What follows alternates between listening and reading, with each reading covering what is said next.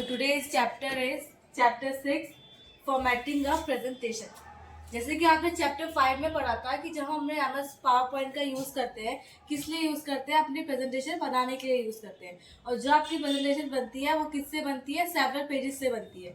और उन several pages को हम लोग क्या बोलते हैं, स्लाइड्स। यानी कि presentation are made of several pages called slide. यानी कि जो आपकी प्रेजेंटेशन होती है उसके अंदर सेवरल पेजेस होते हैं। इसके मैंने एग्जांपल से आपको बताया था कि ये आपकी बुक है, तो ये पूरी क्या हुई, आपकी प्रेजेंटेशन हुई। क्यों? क्योंकि इसके अंदर सेवरल पेजेस है, यानी कि इसके अंदर अलग अलग स्लाइड्स है। तो ऐसे ही प्रेजेंटेशन आपकी किससे बनती है, सेवरल पेजेस से बनती है। और उन सेवरल पेजेस को हम लोग क्या बोलते हैं, स्लाइड्स कहते हैं।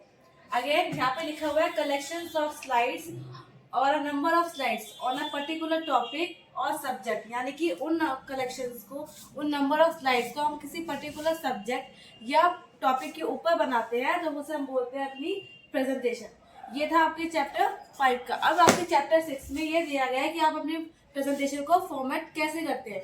आपकी बुक में ये मेंशन किया गया है प्लेस होल्डर के बारे में। प्लेस होल्डर क्या होता है? प्लेस होल्डर होता है आपकी स्लाइड के ऊपर एक टाइप का बॉक्स होता है जिसके अंदर आपकी कंटेंट आते हैं और आपके मैटर्स आते हैं। कंटेंट का मतलब कि जैसे मान लीजिए मैंने आपको टॉपिक दिया है कि आप अपने स्कूल के बारे में लिखिए, तो जो आपका स्कूल होगा, आपके स्कूल का जो टॉपिक होगा, ऑब्वियसली बात है जो उसके टाइटल होता है वो आपकी टॉप पे आता है, यानी कि हेडर पे आता है। यानी कि जो हेडिंग हम टॉप पे लिखते हैं उसे हम क्या बोलते हैं, हेडर।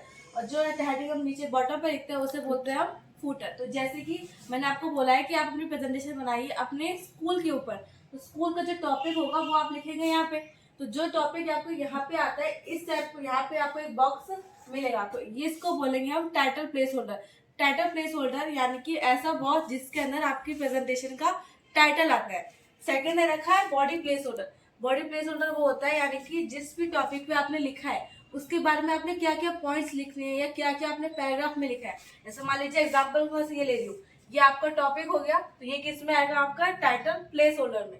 ये आपके टॉपिक के बारे में लिखा है मैंने, यानी कि आपके ये पॉइंट्स लिखे हैं या पैराग्राफ हो गए या कोई भी आपकी जो आपके बता रहा है कि आपका क्या टॉपिक है, उसकी टॉपिक को डिस्क्राइब जो करता है वो होता है आपके, वो किस में आता है, आपकी बॉडी प्लेस होल्डर में। अब देखिए आप इसको प्रैक्टिकली समझिए। मैंने आपको बताया था कि प्लेस होल्डर होता है एक टाइप का बॉक्स जिसके अंदर आप अपने कंटेंट और अपने मैटर्स को टाइप करते हैं। आप इधर देखिए, आपको यहाँ पे लिखा हुआ है क्लिक और क्लिक टू ऐड टाइटल। यहाँ पे आपको दिख रहा होगा एक बॉक्स बना हुआ है। ये किस लिए है? यहाँ पे अगर आपको जो भी जिस चीज का भी आप प्रेजेंटेशन बना रहे हैं उसका जो भी टाइटल यानी कि टॉपिक है वो आप कहाँ लिखेंगे, इस पे लिखेंगे। तो ये क्या कहलाएगा, आपका टाइटल प्लेस होल्डर। जैसे कि मैंने, तो आपको क्या करना है, डायरेक्टली इस पे क्या करना है, क्लिक कर देना है। और जो भी आपका टाइटल है, जैसे मैंने एग्जांपल पे लिया है, एक प्रेजेंटेशन में लिख रही हूँ, यहाँ पे मेरा टॉपिक है प्रेजेंटेशन, तो मेरे को टाइप करना है यहाँ पे प्रेजेंटेशन। ये हो गया।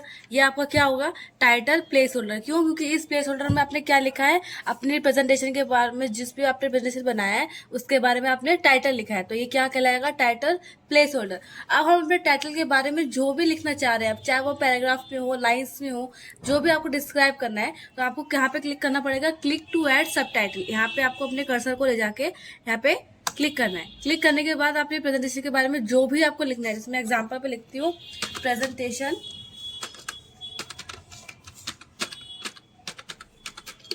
are made of several pages.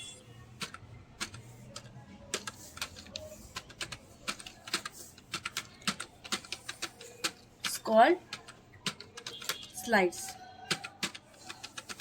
तो ये मैंने क्या लिखा है, ये मैंने अपने प्रेजेंटेशन के बारे में टॉपिक, जो मैंने टॉपिक लिया है उसके बारे में लिखा है। तो ये हमारी क्या हुई, हमारी बॉडी हो गई। तो इसे हम क्या बोलेंगे, बॉडी प्लेस होल्डर। अब आप देखिए यहाँ पे आपको मेंशन किया गया है स्लाइड मास्टर। स्लाइड मास्टर का यूज़ हम क्यों करते हैं, जब हम अपनी प्रेजेंटेशन को बनाते हैं तो ऑब्वियसली बात है उसमें अलग अलग स्लाइड यूज़ करे जाएगी।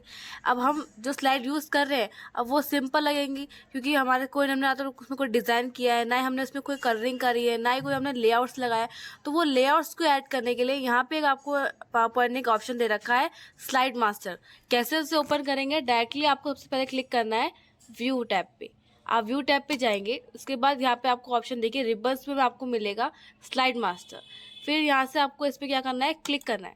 अब आप देखिए यहाँ पे आपकी जहाँ पे स्लाइड्स होती हैं वहाँ पे अलग अलग ऑप्शंस आ गए, यानी कि डिफरेंट टाइप्स के लेआउट्स आ गए। तो यह देखिए, जैसे मैं इस पर क्लिक करती हूँ ये अलग है, इस पर क्लिक करूँगी, ये चेंज हो गया। इसमें क्या करना होता है आपको, इसमें आपको लेआउट्स पहले से गिवन होते हैं, आपको बस अपने अकॉर्डिंग, अपने प्रेजेंटेशन के अकॉर्डिंग यहाँ से स्लाइड को चूज़ करके आपको अपने जो भी आपका मैटर है या फिर जो भी आपका कंटेंट है वो डायरेक्टली टाइप करना होता है।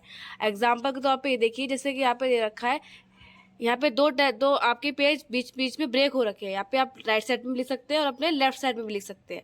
तो ये एक पार्ट है अपने आपके स्लाइड मास्टर का।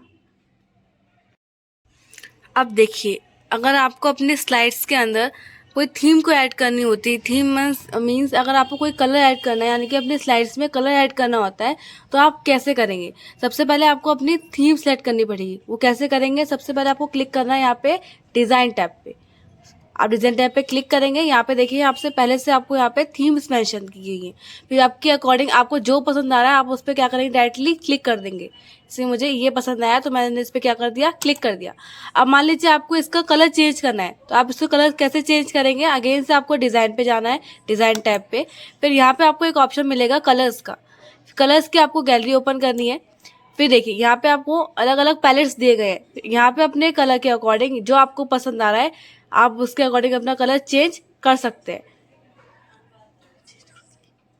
ये देखिए, यहाँ से जैसे मैं इसे मूव कर रही हूँ आपके कलर्स क्या हो रहे हैं, चेंज हो रहे हैं। ये देखिए, अब मान लीजिए अगर आपको अपना बैकग्राउंड कलर चेंज करना है तो आप क्या करेंगे? बैकग्राउंड कलर के लिए यहाँ पे एक ऑप्शन, फिर से अगेन आपको क्लिक करना पड़ेगा डिज़ाइन। फिर यहाँ पे आपको एक ऑप्शन दे रखा है बैकग्राउंड स्टाइल्स। फिर यहाँ पे इसकी गैलरी ओपन करनी है आपको। फिर यहाँ से देखिए, यहाँ से आप इसके बैकग्राउंड को भी चेंज कर सकते हैं। मैं जो सेलेक्ट करते जा रही हूँ उसके अकॉर्डिंग आपका बैकग्राउंड क्या हो रहा है, चेंज हो रहा है। ये हो गया आपका बैकग्राउंड चेंज।